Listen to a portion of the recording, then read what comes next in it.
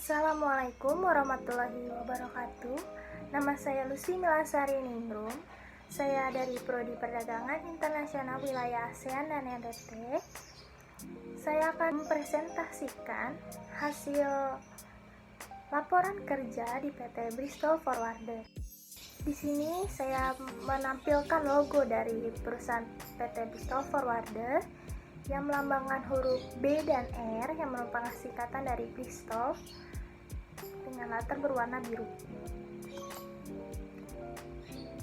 Struktur organisasi perusahaan PT Bristol Forwarder didirekturi oleh Ibu Yuni Priharti dengan Wakil Direktur Ibu Teresia.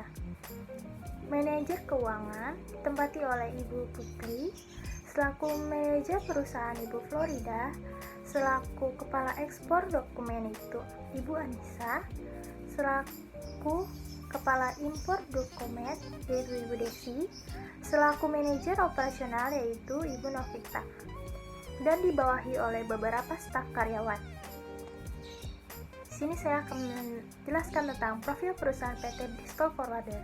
PT Bristol Forwarder merupakan perusahaan yang bergerak di bidang ekspor impor. Perusahaan ini didirikan sejak bulan November tahun 2005 oleh Bapak Haidar Zadia.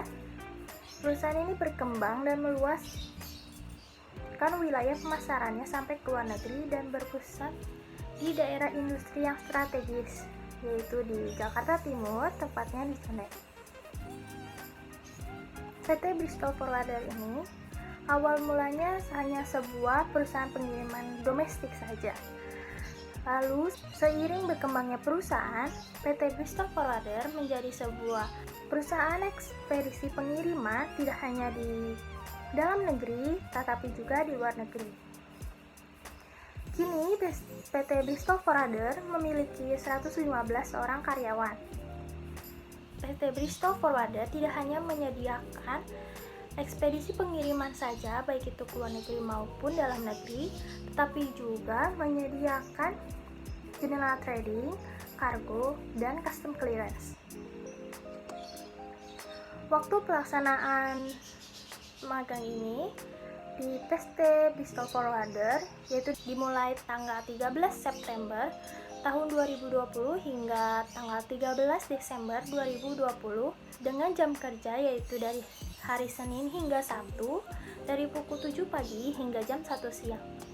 Sebagai staf keuangan di bawah manajer keuangan, dibutuhkan ketelitian dalam memverifikasi kesesuaian jurnal dan bukti penerimaan dengan data yang ada di sistem. Dalam memverifikasi bukti administrasi transaksi penerimaan atau pengiriman barang. Laporan keuangan ini sangat penting dalam sebuah perusahaan, yaitu digunakan untuk menggambarkan kinerja perusahaan, baik itu ada penurunan maupun perkembangan dalam suatu perusahaan.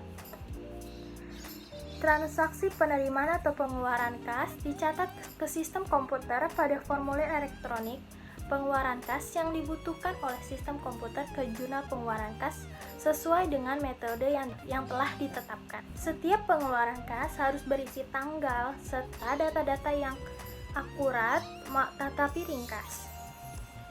Cakupan tugas yang diberikan sebagai berikut. 1. Menerima bukti keluar masuknya barang. Bukti pembayaran seperti faktur, kwitansi, ataupun bukti pembayaran lainnya dikumpulkan dan diberikan sebagai data perusahaan. Kedua, menjurnal atau memasukkan data. Data keluar masuknya uang akan dicatat dalam buku jurnal perusahaan dalam bentuk Excel. Dalam jurnal ini akan terlihat perkembangan perusahaan. Ketiga, membuat laporan. Setelah data dikumpulkan dalam jurnal, data tersebut akan dibuat dalam bentuk laporan yang akan diberikan kepada manajer keuangan, baik itu dalam bentuk laporan mingguan ataupun laporan bulanan. Sekian presentasi dari saya. Terima kasih atas perhatiannya. Assalamualaikum warahmatullahi wabarakatuh.